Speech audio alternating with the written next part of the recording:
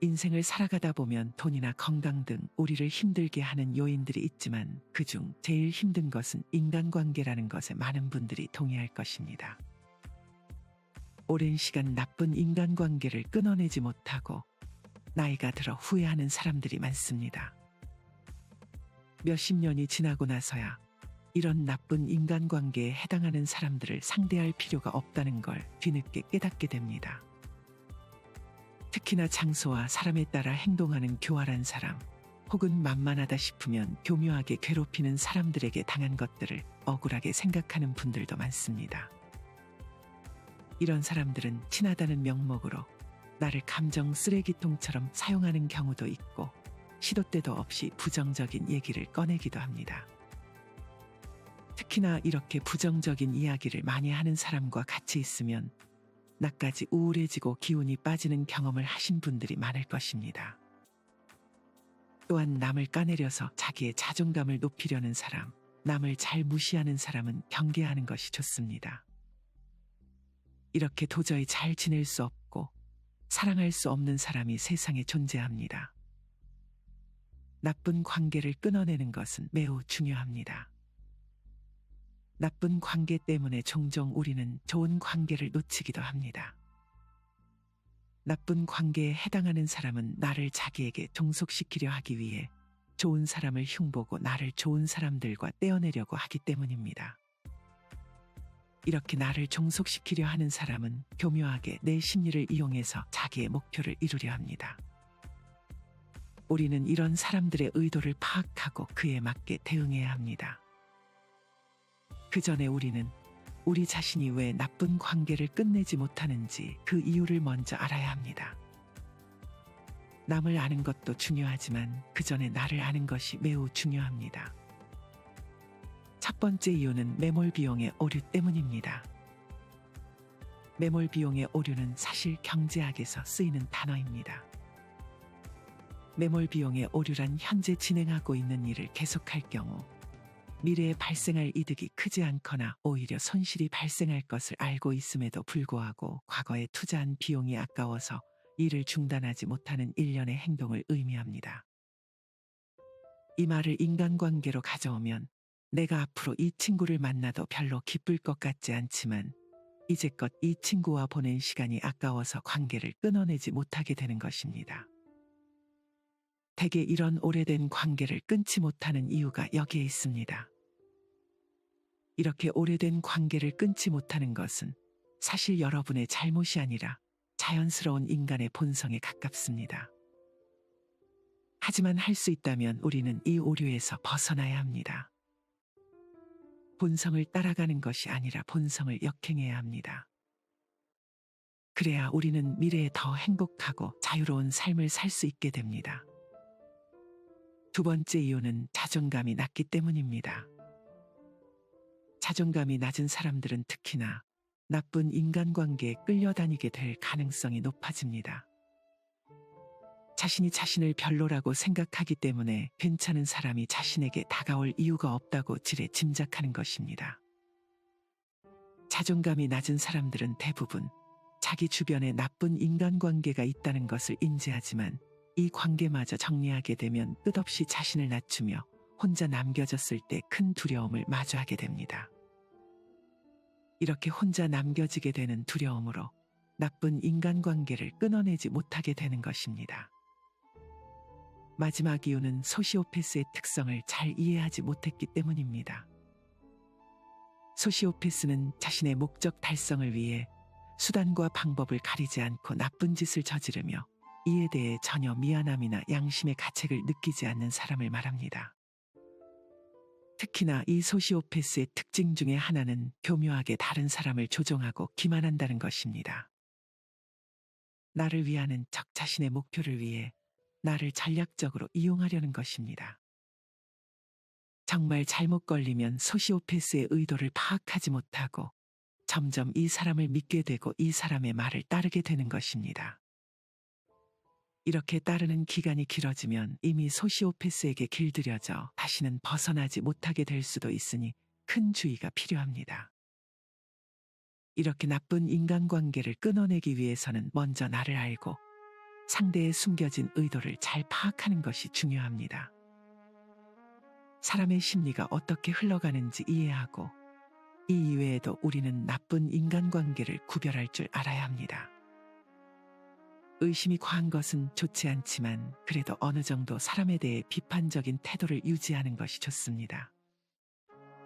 그래야 상대의 숨겨진 의도를 파악할 수 있게 됩니다. 앞서 우리는 왜 우리가 나쁜 인간관계를 끊어내지 못하는지 나 자신의 관점에서 그 이유를 알아봤습니다. 이제는 상대를 알아볼 차례입니다. 우리가 끊어내야 할 인간관계는 여럿이 있지만 그 중에서 교활한 사람, 계산적인 사람의 특징을 파악하고 이것을 통해 여러분의 나쁜 인간관계를 정리하는 계기가 되었으면 좋겠습니다.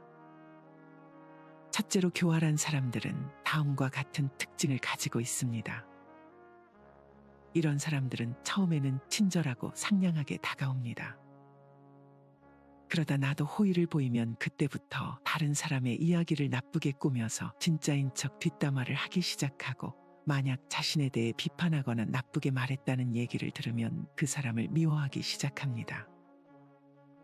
또한 다른 사람을 칭찬하는 것에는 인색하고 남을 깎아내리는 것을 좋아합니다. 특히나 직장에서도 이런 사람이 한 명쯤은 존재합니다. 처음에는 착한 척, 잘해주는 척 하다가 본색을 드러냅니다. 흔히 간을 본다고도 합니다. 한 사람 한 사람 다 찔러보고 만만한 사람에게는 함부로 하고 자기보다 세 보이면 친한 척하는 것입니다. 일도 편한 것만 하려 하고 쉬운 일은 열심히 하는 척하곤 합니다. 이렇게 교활하고 야가 빠진 사람들은 질투 또한 많습니다. 이런 질투를 잘 컨트롤하지 못하기 때문에 상대를 무너뜨리려고 교활한 수법을 쓰게 되는 것입니다. 이게 끝이 아닙니다. 교활한 사람들은 잘못을 했을 때 사과를 안 하고 변명하기 바쁩니다. 어떻게든 자기 잘못에서 벗어나기 위해 노력합니다. 교활한 사람들은 한치 흐트러짐 없이 자신이 정한 목적을 향해 나아갑니다. 상대방이 눈치채지 못하게 방법을 바꿔가면서 속입니다. 시간이 점점 흐르면서 목적이 드러납니다.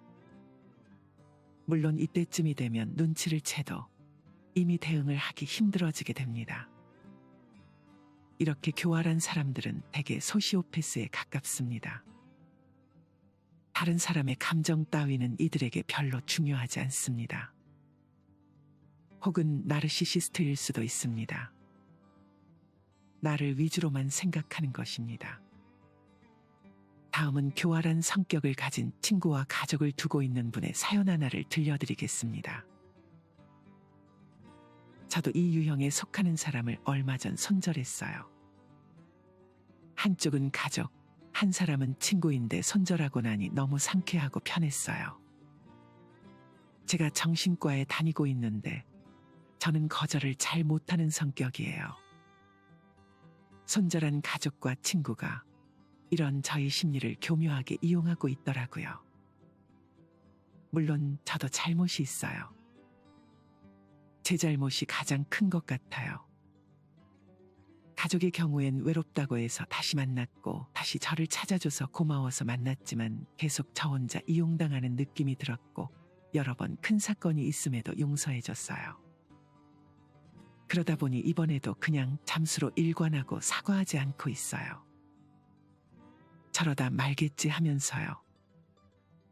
중요한 건 엄마를 포함한 언니, 형부 다 같이 살다 보니 저 혼자 이상한 사람이 된 것 마냥 떨어져 있어요. 당분간 그들과 연락 안 하려고요. 서로의 잘못을 떠나서 좀 생각하는 시간을 서로 가져보는 것도 좋을 것 같아서요. 이처럼 지속적으로 상대가 나를 교묘하게 이용하고 있다는 느낌이 든다면 힘들겠지만 관계를 정리하는 것이 나를 위해 현명한 방법이 될 수 있습니다. 이뿐만 아니라 자신의 약점을 이용해 목적을 이루려는 사람도 경계하는 것이 좋습니다.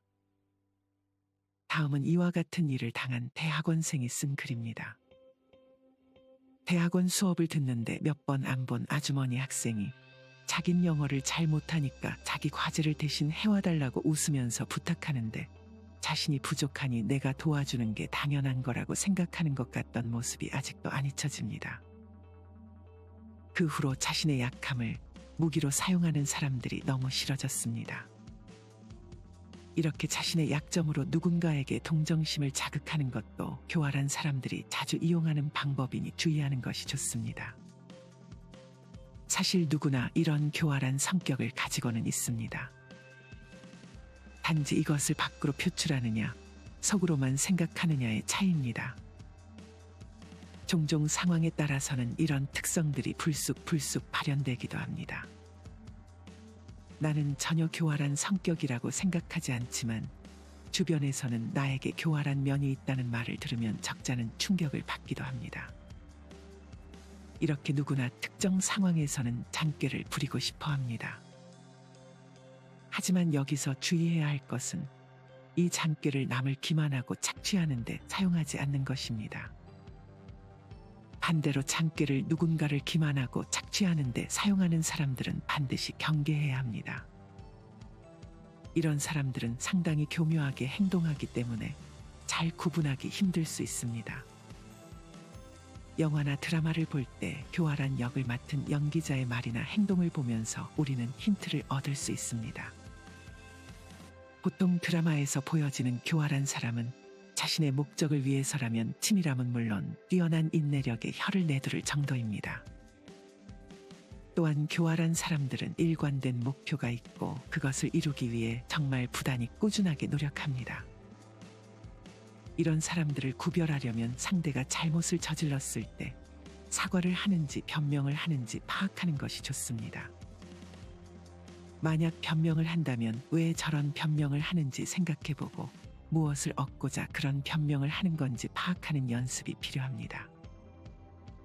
이렇게 나와 상대에 대해 조금씩 파악하려는 연습을 하게 된다면 교활한 사람들의 교묘한 수법에 당하지 않게 될 것입니다.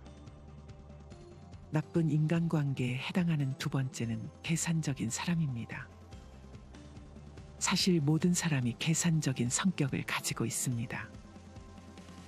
누구나 손해를 보고 싶지 않다는 마음을 갖는 것은 자연스러운 마음입니다. 법륜 스님 또한 계산할 줄 아는 것이 좋다고 말했습니다. 어쩌면 이만큼 줬으니 이만큼 받고 싶다는 생각이 드는 것도 이해가 가는 부분입니다. 이처럼 우리는 계산적으로 생각해야 할 때는 계산적일 필요가 있습니다. 하지만 시도 때도 없이 모든 것을 계산하면서 사는 것은 별로 좋지 않습니다. 내가 누군가에게 하나를 줬다고 해서 바로 하나를 받아야 한다고 생각하는 사람들이 있습니다. 받은 사람은 바로 곧장 그 하나를 주지 않을 수도 있고 뒤늦게 줄 수도 있고 끝까지 안 줄 수도 있습니다. 하지만 계산적인 사람들은 지금 당장 눈앞의 계산에 눈이 멀어 바로 상대에게 실망하고 배신당했다고 생각하는 것입니다. 이런 사람들은 손해를 보는 것에 굉장히 민감합니다. 내가 받은 것보다 조금이라도 더 주는 것을 경계하고 내가 준 것보다 받은 것이 적다면 상대를 미워하게 되는 것입니다. 이렇게 내가 무언가를 주었을 때 자기도 무언가를 받기를 시도 때도 없이 바라는 사람을 상대하기란 여간 까다로운 것이 아닙니다. 내가 줬으니 상대도 무언가 주겠지 하는 마음은 기대로 이어질 수 있고 만약 상대의 보답이 없다면 기대는 실망으로 실망은 또 미움으로 바뀌게 되는 것입니다. 이렇게 모든 상황을 계산해서 준 만큼 돌려받길 바라고 받은 만큼만 주려고 하는 것은 좋은 모습이 아닙니다. 이럴 거면 차라리 주지도 받지도 않는 것이 좋습니다. 무언가를 줄 때는 주는 것으로 끝내는 것이 현명합니다. 내가 좋아서 주었으니 받아야 한다는 계산은 하지 않는 것입니다. 계산하게 될 것 같으면 그냥 주지 않는 것이 낫습니다. 주는 행동은 남을 위한 행동이 아니라 나를 위해 주는 것이기 때문입니다. 이런 계산적인 사람 중에는 자신이 무언가를 받고 싶어서 무언가를 주는 경우도 있습니다. 사실 이런 사람은 계산적인 성격이라기보다는 마음의 결핍과 외로움이 큰 경우일 수 있습니다. 이 경우는 계산적인 사람과 잘 구별해 주는 것이 좋습니다. 사실 모든 사람이 받는 것을 좋아하는 것도 아닙니다. 상대는 원하지도 않는데 내가 배려한답시고 무언가를 준다면 인간관계에서 결국 힘들어집니다. 배려도 지나치지 않게 적당한 거리를 두고 인정받으려 하지 않고 감정을 분리한다면 관계는 자유로워집니다. 쉬운 것은 아니지만 그렇다고 어려운 것도 아닙니다. 의지가 있고 용기가 있으면 충분히 가능합니다. 우리가 상대에게 베풀 때 당장 그 상대에게 무언가를 받지 못할지언정 돌고 돌아 어디선가 내가 주지도 않았는데 내게 큰 복으로 돌아올 수 있습니다. 하나를 건네면 좋은 것 두 개가 올 수도 있는 것입니다. 그러니 앞서 얘기했듯 줄 때는 주는 것으로 끝내는 것이 좋습니다. 손해보면서 살라는 말이 아닙니다. 하지만 인생을 살면서 아예 손해를 보지 않는 경우는 없습니다. 그러니 계산할 때는 계산하되 모든 경우에서 계산적인 사람이 되지 않는 것이 중요합니다. 좋은 인간관계라고 해도 모든 관계에는 적당한 거리가 필요합니다. 고슴도치의 딜레마라는 말을 들어보셨을 것입니다. 독일의 철학자 쇼펜하우어가 1851년에 발표한 저서에 고슴도치 우화가 등장한 것이 이 용어의 기원입니다. 추운 겨울 어느 날 서로의 온기를 위해 몇 마리의 고슴도치가 모여 있었습니다. 하지만 고슴도치들이 모일수록 그들의 바늘이 서로를 찌르기 시작하였고 그들은 떨어질 필요가 있었습니다. 하지만 추위는 고슴도치들을 다시 모이게끔 하였고 다시 같은 일이 반복되기 시작했습니다.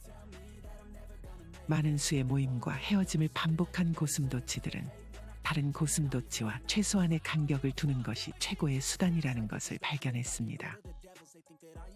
이것을 인간관계로 가져오면 서로의 친밀함을 원하지만 동시에 적정한 거리를 두고 싶어하는 두 가지 모순된 욕망이 공존하는 심리 상태를 의미하는 것입니다.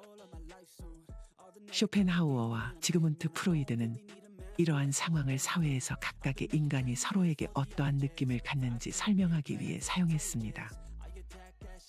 고슴도치의 딜레마는 인간의 관계가 비록 좋은 취지에서 출발하지만 인간관계는 서로에게 상처를 입히지 않는다면 결국 발생할 수 없고 그로 인해 발생한 관계는 서로에게 신중하고 약하다는 것을 설명합니다. 그러니 친구뿐 아니라 가족과도 이런 적당한 거리를 유지하는 것은 상대가 선을 넘지 못하게 하는 현명한 지혜가 될 수 있습니다. 인지심리학자 김경일 교수님은 어느 한 방송에서 어떤 관계든지 끝나면 빈자리가 생기기 마련이다라는 말을 했습니다. 나쁜 인간관계를 끊어야 하는 이유가 여기에 있습니다. 나쁜 인간관계를 끝낸 이 빈자리는 외로움이 아닌 해방과 자유로움이 됩니다. 이제는 나쁜 인간관계에서 오는 스트레스와 쓸데없는 시간 낭비를 던져버리고 자유가 생기는 것입니다. 그 빈자리를 좋은 인간관계로 대체하는 것도 좋지만 가장 좋은 것은 그 시간에 나를 위한 활동을 하는 것입니다. 사실 나이가 들수록 좋은 인간관계는 한두 명이면 아주 충분합니다. 좋은 인간관계가 전혀 없다 해도 괜찮습니다. 고독을 즐길 수 있는 시간이 더 늘어나기 때문입니다. 많은 분들이 나이가 들면 인간관계가 부질없음을 깨닫습니다. 혼자 되는 게 두려워서 놓지 못했던 관계들은 결국은 지치고 지쳐서 혹은 질려서 끝나게 되어 있다는 사실을 이미 알고 있는 것입니다. 관계가 끊어진 후에 느낀 점은 왜 진작에 끊어내지 못하고 시간 낭비, 감정 소모를 했을까 싶을 정도로 홀가분하고 후련한 감정을 느끼게 될 것입니다. 한번 끊어낸 경험을 하게 되면 그 이후에는 아니다 판단되는 관계는 칼같이 끊어낼 수 있는 능력이 생기게 됩니다. 이처럼 나쁜 인간관계에서 얼른 벗어나 자기가 이제껏 생각만 하고 아직 해보지 못했던 경험들을 얼른 하시길 바랍니다. 취미가 될 수도 있고 여행이 될 수도 있습니다. 인생은 꽤 빠르게 흘러갑니다. 나중에 하게 되면 정말 나중이 되었을 때 후회만 가득한 여생을 보내게 될 수도 있습니다. 오늘은 나쁜 인간관계를 주제로 내가 나쁜 관계를 왜 정리하지 못하는지, 나쁜 인간관계에 속하는 사람들은 어떤 특징이 있는지, 그에 따른 대처법은 무엇인지에 대해 이야기를 드렸습니다. 나쁜 관계를 정리하기 위해 내 내면의 심리를 이해하고 교활한 사람, 계산적인 사람의 숨겨진 의도를 파악하여 내 주변의 나쁜 인간관계를 정리한다면 그 빈자리는 좋은 인간관계 혹은 나만의 자유로운 시간으로 대체될 것입니다. 오늘의 영상 내용을 여러 번 보신다면 여러분들이 더 나은 여생을 보낼 수 있을 것이라 확신합니다. 이상으로 오늘의 영상을 마치겠습니다. 우리 모든 구독자분들의 행복한 노후를 응원합니다. 다음에 더 좋은 내용으로 찾아뵙겠습니다. 감사합니다.